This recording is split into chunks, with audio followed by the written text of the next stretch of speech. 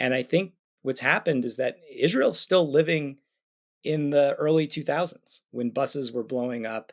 So I think the picture of the conflict has changed. And I think that Israel, as right as it is in wanting to confront Hamas and defeat terrorists who threaten Israel, has failed to read the room. And it puts people like me in a very tough spot. Kind of going back to what you were saying about taking the bait. Let's talk about creating a life and country we're proud of. Together, I'm your host, Alvina Vasquez. Welcome to Alvina Talks Shift. Scott Wasserman is here with me today. We've had the privilege to work with each other for a very long time. He's involved in local policy and politics. He's worked in national campaigns here locally. But really what's going on across the world right now is what we're going to talk about today. Scott has been very open about his feelings about the current war going on in Gaza. And so since I don't know much about it other than what media is putting out there, I wanted to get his take. He's been very open about how he's feeling, and I thought he'd be a great guest today considering what is happening in the world. So welcome, Scott. Thank you very much, Alvina. I really appreciate the opportunity. Let's start with framing it. Like, what happened? Yeah, and I shouldn't be smiling. Other than I think that what happened is sort of the key question and is so open to interpretation. I think there's two ways to look at the question of what happened, and I think it has to do with when your starting date of what happened is. Um, for me and many of my friends, what happened begins with October 7th, in which I remember waking up to a news alert, looking at the news, and knowing instantly that the news that I was seeing from the south of Israel was literally going to change my life, the life of many of my friends, and the state of Israel forever. And I knew it instantaneously as the numbers came in. Hamas militants crossed, the border between Gaza and Israel, and literally, as one Israeli intellectual put it, the state of Israel disappeared for 48 hours, and over the course of 48 hours, 1,200 Israelis were murdered in some of the most brutal and unimaginable ways by Hamas militants. Well over 100 Israelis were kidnapped and taken hostage, and Israel, I believe, and we'll talk more about this, rightfully responded to defend itself. And I think 75 days later, I think it's really clear that to me that Israel fell into a trap. Um, I've seen a lot of writers, and in particular Hussein Ibish, who's certainly um, I don't see him as pro-Israel. In fact, I think he's very pro-Palestinian. I think what he's been trying to point out is, and he wasn't the only one. Israel, if you fall for this, you are going to find yourself in a quagmire. You are going to take the bait. You're going to feel justifiably angry that you want retaliation, that you want revenge, and that you want to dismantle and erase Hamas from the earth. But in doing so, you're going to take the bait and you're going to fall into a trap. And I think even in the initial days, um, I was worried about that. I wasn't the only one worried about that. Ezra Klein, within 2 days of the October 7th attack, had a beautiful podcast in which he talked about Israel not taking the bait and not making the same mistake that America did after 9/11. Joe Biden, the president of the United States, traveled to the region and sent that message to Israelis and got up and said, I am with you, but do not make the same mistake that my country did after 9/11, in which you get deeply entrenched into a war you cannot win. Mm-hmm. But I want to go back because there might be a number of your listeners who say, well, wait a minute. October 7th was not the beginning of this conflict and was not the beginning of the war. And that's totally true. The Yeah. reality is that the Arab Israeli conflict the Palestinian-Israeli conflict has been going on since the late 1800s. I remember in the '80s, like, there was always issues on that part of the world growing up, like, in the news, that was always going on, and, as kids, I didn't understand, but I always knew that there was conflict there for a long time, and it was always shifting on who's fighting who and what it means, and I feel like when that happened, I felt like, "Oh my gosh, we're back to what it was when we were growing up," but there's just constant fighting in the Middle East. Yeah. Well, I want to address a couple things, and then I want to get back to the statement you just made about how this feels like this is what's always happening, because I think many things have changed. And I think what has been really hard for me as an American Jew, and I want to say, like, I'm unashamedly a Zionist, and I'm happy to talk more about what that phrase means. For me, this is not like a new identity. It's an identity I've held since I was, a teenager. But and I, I was a Middle East studies major. I studied, the conflict. I studied the history. I went to the region. I spent time both in the Arab world and the Israeli world. My family and I were in Israel just last summer. Um, I think there's a couple of myths that exist on both sides. And one of the myths I hear the most, and I kind of hear it within the Jewish community, I hear it from those outside the Jewish community, is that, well, Arabs and Israelis haven't gotten along for thousands of years, that this is somehow a 1,000-year-old conflict. And the reality is that everything that has played out from about 1882 until today.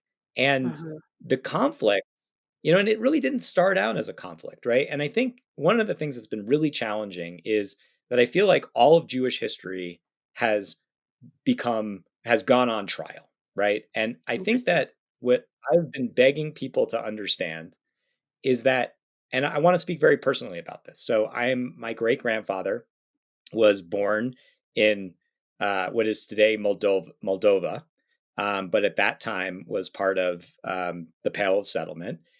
He was born in 1903, and that was the year in which a major pogrom, an attack on the Jewish community, occurred. Hundreds of Jews were killed, and these pogroms were not anything new. So if you were a Jew living in 1882 or 1903, you really had three choices. You could stick it out and hope that things got better. As we Mhm. know, things did not get better. You could go to Germany or the United States, go to one of those liberal republics that were sparking up and hope that you could become a part of it. And then there was this crazy group, a minority, in fact, of Jews who said, you know what, we do have a homeland, and we're going to go there. Interesting. And I wish I could show you pictures of the time. These were not imperialist colonial settlers coming to dominate the region. These were scrappy young people making huge sacrifices, suffering from malaria, building communities scrap by scrap. Now, the conflict has evolved over time. And over time, we went from a Zionist project under the Ottoman Empire and the skirmishes between local Arab communities and Jewish communities to the phase in which the British Empire after World War I took over what was called the Mhm. Palestinian Mandate, and in which you have two peoples living under a colonial mandate and fighting between each other. You have the phase of Israeli independence, and then you have post 67. And I guess the reason I bring this up in these phases is that each of us have a picture in our mind of what the Arab Israeli conflict is. Yeah. And you bringing up the 1980s, right? And so what defined the 1980s was the first Intifada, street street fighting between Israeli forces in the West Bank and Gaza, between scrappy resistors. And for many of us, that's the image that we have in our head. Others, older members of my community, they're living in a 1967 paradigm, right, in which all of the armies of the Arab world attacked Israel, and by some miracle, Israel emerges victorious, not only beating back those forces, but now controlling other territories. And I guess what's been frustrating and challenging for me is that, you know, this is a really complicated Yeah. conflict. you know, even as I identify as a Zionist and a supporter of Israel, I'm extremely critical of the Netanyahu government. I'm extremely critical of what the manifestation of Zionism in Israel has become. And I guess what I'm saying is that I think that what we are seeing is different generational lenses looking at this conflict and what they see today. And I think what has been really challenging is that the images that this generation is seeing and that we're all seeing are not of a symmetrical conflict, are not of buses blowing up in Tel Aviv, Right, right. but what we are watching is very sophisticated military force using very sophisticated, um, tools to level whole city blocks. And that image, as it goes around the world, people are reacting to that. But it has not always looked that way. That's And true. I think I'll just pause here is that like the challenge I feel I am having is trying to get the American Jewish community to see how Israel looks in the eyes of the world right now. And that no matter what Israel's intention is, the reality is that people are seeing something that they rightfully see as detestable. And I think what's happened is that Israel's still living in the early 2000s when buses were blowing up.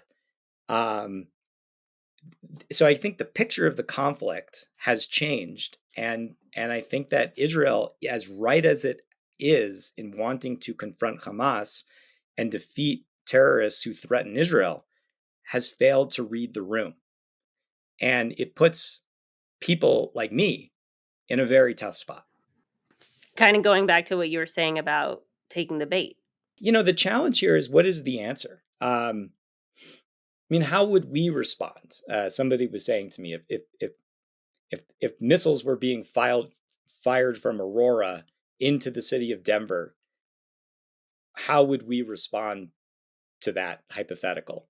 And I mean, the reality is that and I think the challenge is that when I was in Israel last summer, I mean, I was sitting in the ocean on a Tel Aviv beach, enjoying the day, watching missiles being fired from the Gaza Strip, Iron Dome intercepting those missiles, and everyone around me was like, "This is fine. We can live with this. We have come up with the technological ability." Wow. That's And I remember telling my kids, who are 13 and 15, like this isn't sustainable. This isn't okay, right? And that Israel got very comfortable living with this policy of isolation of Gaza and occupation of the West Bank. And I think October 7th, the illusion of insulation and protection and security completely disappeared. And now you have people who are saying, well, what alternative do we have? But the current approach, it's too much, you know, 18,000, 20,000 dead Palestinians is not better for Israeli mm-mm. security. And I think what we're learning, not better for Jewish security in the world. Do you, I guess you brought up your children, and I'm sure this has been a challenging time for your family, especially during, the Hanukkah season and when you're reflecting on all of this. How has this changed your identity, or maybe it hasn't, or it has? And how do you think it's affected your family and your children? In lots of ways. I mean, look, I'll say even before October 7th, I mean, I was writing and I put a piece on my Substack called What I Was Writing Before October 7th. And before October 7th, I was really worried. I was really worried about what I saw as illiberalism in America, illiberalism in Israel, a cross pollination between the militant settler movement in the West Bank and Colorado Christian University right down the street from me. Mhm. So before October 7th, I was really worried about the failure of liberalism in these countries. And people forget that before October 7th, there were 35 plus weeks of democratic protests going on in Israel that would put anything America did under the Trump administration to shame. Yeah. I want your listeners to know that there is a vibrant movement within Israel to take back the country and make it more liberal and make it more tolerant. But then after October 7th, the whole world changed because suddenly we were, before October 7th, my concern was I'm concerned about the right. I'm concerned about illiberalism on the right that wants to marginalize me. After October 7th, I'm just as worried about illiberalism on the right, but now I'm worried about illiberalism on the left. And when I use the word illiberalism, I mean intolerance, right? And Hmm. I I think that somehow a line has been crossed, and I think Jews have to wrestle with this, and we can talk about what we're wrestling with. But that suddenly we feel less safe, and there is less tolerance for an American Jew who identifies as a Zionist, or for my son who identifies with the state of Israel. Um, and I feel like the issue uh, of whether or not Jews are entitled to a self-determined sovereign state has come under trial. And not only that, but Jews in the diaspora who don't live in that state, that there's less tolerance for them. Yeah. And so I think we feel besieged. And I know that's hard for supporters of Palestinians to hear because of course Palestinians deserve their own state. Of course Palestinians should not be living in an open air prison in the Gaza Strip. And of course they should not be living in an occupied West Bank. Um, and suddenly it doesn't matter if I'm a left wing Jew or a left wing Zionist who wants Bibi out and wants the settlements to go away. The very fact that we support and identify with the state of Israel has become the issue. Yeah. And so I think we feel an incredible amount of intolerance amongst those who used to say that they were very tolerant. And it has made me feel it has really made me question much of the conversation that was going on over the last 3 years about identity and differences. And what's been made very clear to Jews is it really doesn't matter how you see yourself. Your history really doesn't matter. You're white, and that's it. And my entire life, I mean, I never identified as quote white. Interesting. Our identity is very complicated, Yeah. and I'm sick and tired of having people telling me my identity is not complicated because it is. It is. And I think what also complicates it, which is similar to what a lot of like probably biracial and Latinos who grew up or Mexicanos who grew up in the United States, like it's conflicting because you don't fit exactly in a box. You have folks telling you, no, you're not that because you haven't experienced what we've experienced. And then you have other folks saying, well, you don't really belong here. Like this isn't yours. This is ours. So it's a conflict that a lot of folks I think deal with and probably don't even know that they're dealing with that. I don't think I knew it until I saw it in the Selena movie when they were like, you're not Mexican enough to be Mexican, you're not, American enough to be American. So unless somebody says it, I don't think you can actually pinpoint what that feels like. Yeah. Yeah. I mean, I think what it brings up, and I think I do see a lot of parallels, within, the Latino community that, people want to have dual identities. I mean, the reality is that, you know, and I can only speak for the Jewish experience, but, as Jews, and this is a paradigm that I think is coming into question within the Jewish community, but that we are allowed to have a duality in our identity. If you walk into any synagogue in America, you will see an American flag and an Israeli flag. And there's been this idea since 1947 that there's this people, the people of Israel, Am Yisrael, that we are a people, and that some of us live in Israel and some of us live in the diaspora, and that there should be cross pollination between these two centers of Jewish life. And for us, that's really complicated as is. And now, what this conflict has done, and because of the way the narrative has been simplified, is it has brought that very question of whether or not you can have dual identity, of whether or not you can share something in common with someone living in another country. Um, you know, I think that it has brought all of that under scrutiny. Yeah. And I think even the American Jewish community has yet to truly scrutinize what that means. So within the Jewish community, I'm sure there's a lot of perspective of views. Yes. How are those conversations being handled? I think it's really hard right now. And I feel it in particular. Look, I think it's like this with any community. On the one hand, you want to show solidarity publicly. I don't want to air dirty laundry. I don't want to Mhm. talk about my differences with other members of my community in Mhm. front of others, even though it would be very tempting Yeah. for me to go out and say, you know, I totally disagree with the Jewish community on this issue, um, but I feel I can't because I don't want to break rank, and we are a minority, and we need to hold together. At the same time, I don't think the American Jewish community is doing a very good job of um, reading the room. I'll give you a great example. There with all these calls for ceasefire. You know, I fielded a lot of calls from people who said, can I get behind demanding a ceasefire and not, piss off the Jewish community?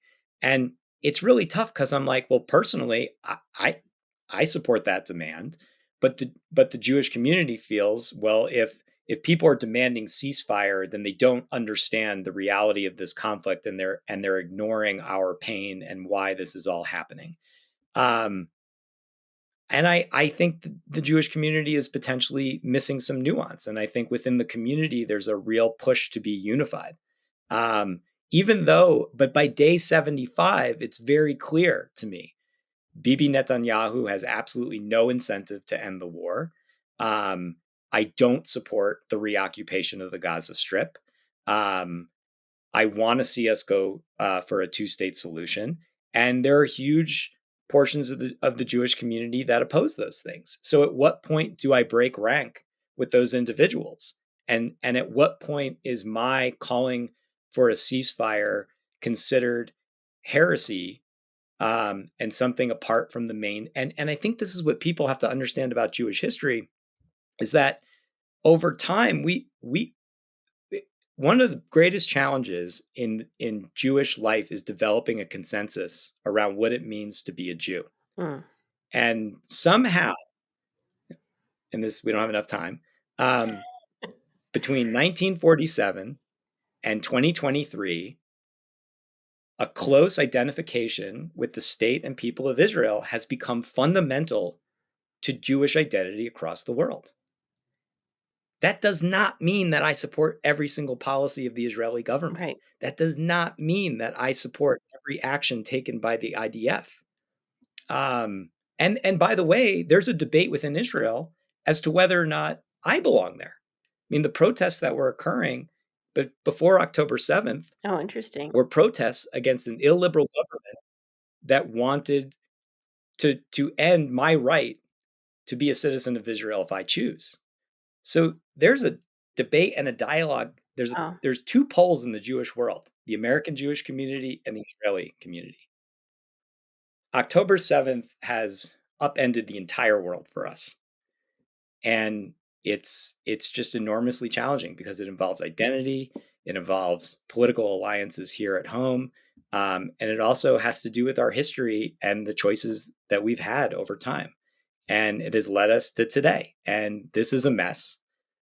I wake up thinking about it every day. I go to sleep thinking about it every day. Um, I want things to change, but most importantly, I want the conversation here to calm down. We are doing no good for Palestinians or Israelis by using the rhetoric that has been used. And it's gotten to the point now where now this is about anti-Semitism and whether or not we think we can continue to live here. But if I don't live here, where else am I supposed to go? Yeah. And you brought up in this country the differentiating views as well, but a lot of folks critical of Biden. What's your take on how the president is reacting to this? I think the president of the United States is in a tremendously difficult spot, and I think that his initial actions were fantastic. I harbor great resentment. There was a time, if you remember, about a week into this thing, President Biden hopped on a plane and was going to the region. And by the time he landed, the news of the bombing, there was an explosion at a hospital. There was a dispute over Wow. who was responsible for that. Was that a Palestinian rocket that fell back toward the hospital? Was that an Israeli missile? Well, by the time President Biden got to the region, the Arab summit had been canceled, and the flames of radicalism had been fueled. And so I think there was a genuine opportunity at the very beginning of this conflict for him to bring about perhaps some sort of ceasefire or some sort of ground rules for how this was going to occur. I think that what President Biden has to realize is that Benjamin Netanyahu is not his friend, that the state of Israel Yeah. may be his friend, but Netanyahu has every incentive to continue this war. He is deeply unpopular in the country. But what people need to understand is that Israelis will not replace their leadership at a time of war. Mm-hmm. And so I think that Biden needs to change his strategy. I think he is changing it. I've heard some encouraging statements.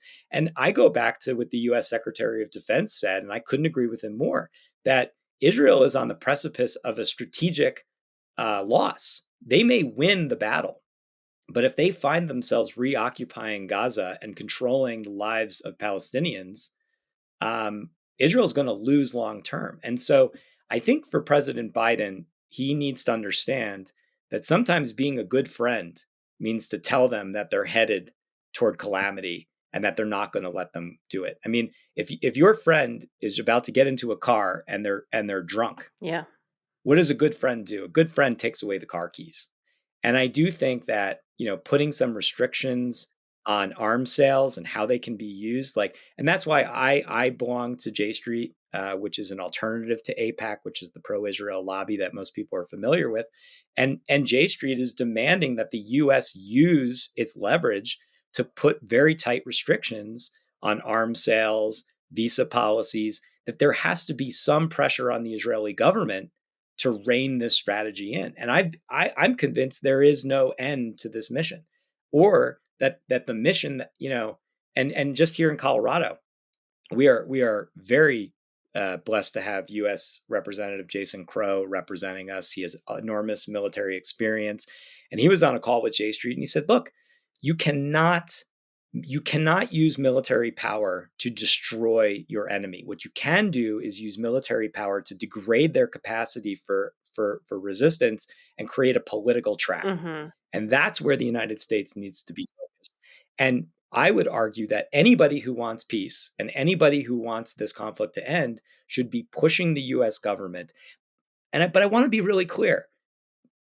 Canceling the state of Israel and denying the state of Israel's right to exist is not an option. And so I think this is what's happened, is that the phrase ceasefire has all of this baggage now, and is tied up with, well, and Israel shouldn't even exist Oh, at all. yeah. Well, that's not going to happen. So is there a pro-Israel, pro-peace strategy where we can advocate for the United States to be a good friend to Israel by putting some restraints on what this government is doing? Okay, so we're wrapping up our time here. So what are folks missing from all of the propaganda and press that we're seeing? What's the missing story here? First of all, I mean, it's almost become trite now, but we have to hold two ideas in our head at the same time: Mhm. that the state of Israel has a right to exist, has existed for 75 years, and will continue to exist. Um, and that Israel has every right to defend itself and to continue to exist. And it is unacceptable to continue to control Palestinian lives in the West Bank and the Gaza Strip, and that we need to get to a two-state solution, and that there are complexities. I've been hearing so many people say, I don't need to understand the complexities. I don't need to hear the Mm. complications or the nuance because I see what this is. Yeah. And I would just caution everybody to say, you know, this really is complicated. And I think that for me, Yeah. that is a sign of illiberalism. That is a sign of of intolerance, is rejecting nuance and history and context. And I'm not saying that any of that history, nuance, or context makes 20,000 or 18,000 Palestinian deaths okay. But I'm saying that people should stop and appreciate why this conflict is where it is. I don't think the Palestinian narrative is nearly as clean and neat as many supporters of Palestinians believe it to be. Similarly, the Israeli narrative is not as simple and clean as many pro Israel people want it to be.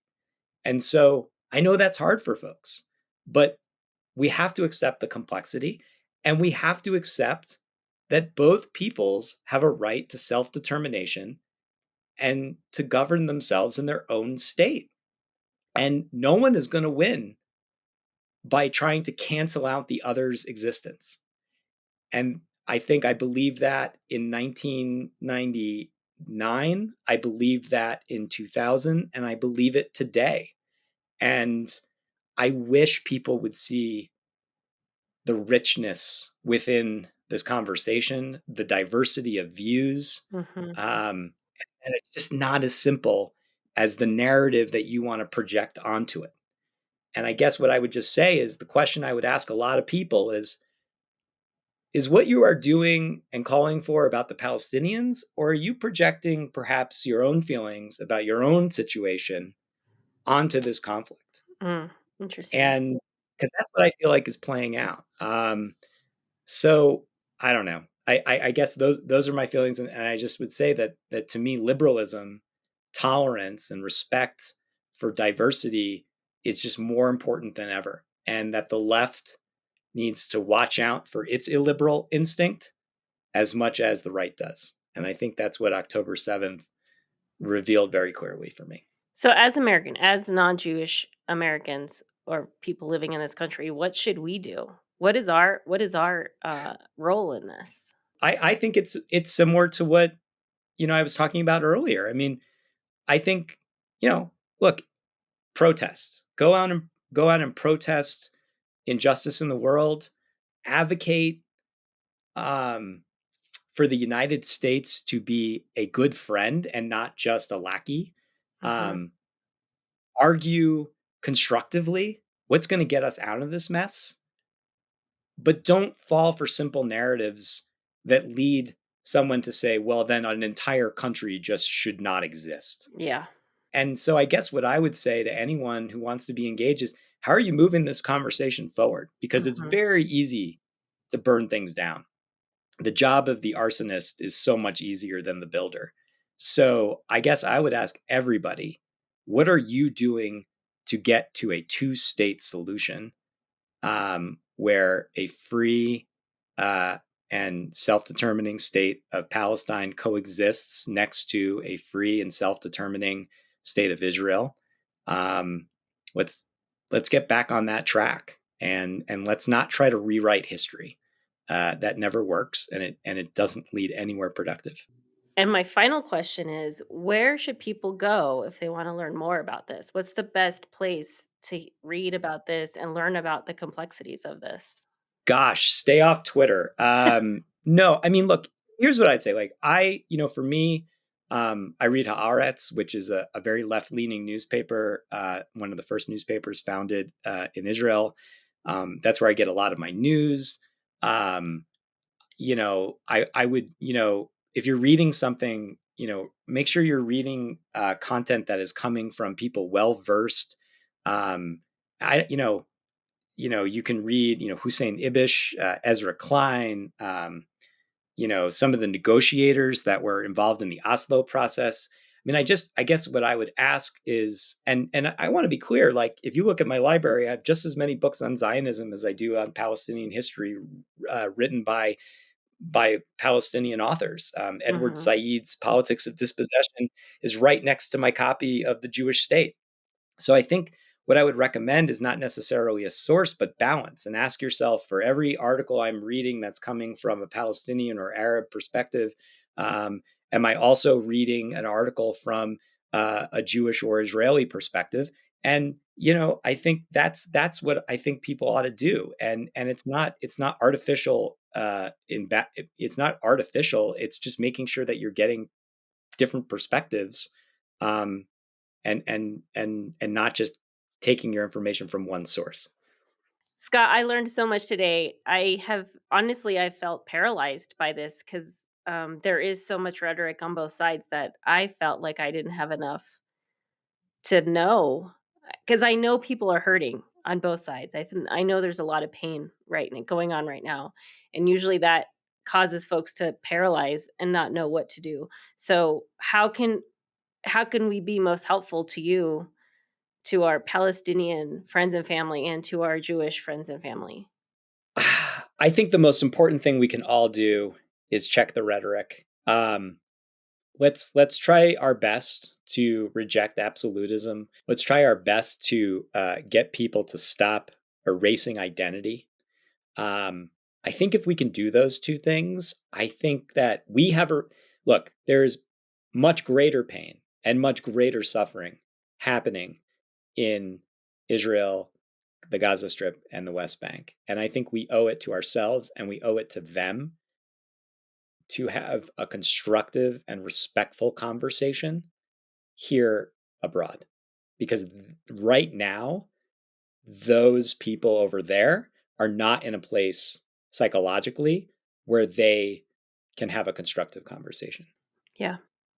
And so I challenge us to keep that light aflame while all of this terror and pain happens over there. Well, thank you so much for spending time with me today. I know it's a crazy busy time of year, and I'm sure you're hugging your family and your friends super tight with everything that's going on. So thank you for spending time with me today. I hope that this really helps people understand and not be afraid to ask questions and learn more about this issue. Yeah, I think that's the most important thing. Ask questions and have conversations, even if you disagree with the people you're having those conversations with. So thank you so much. And I feel like we just hit the tip of the iceberg. Totally. But always happy to talk to you, and always happy to share this kind of perspective. Thank you. Thank you for watching Alvina Talks Shift. Please like, share, and subscribe. And as always, engage, empower, evolve. If you liked this episode, or if you want more content like this, go to alvinatalksshift.com or wherever you listen to podcasts.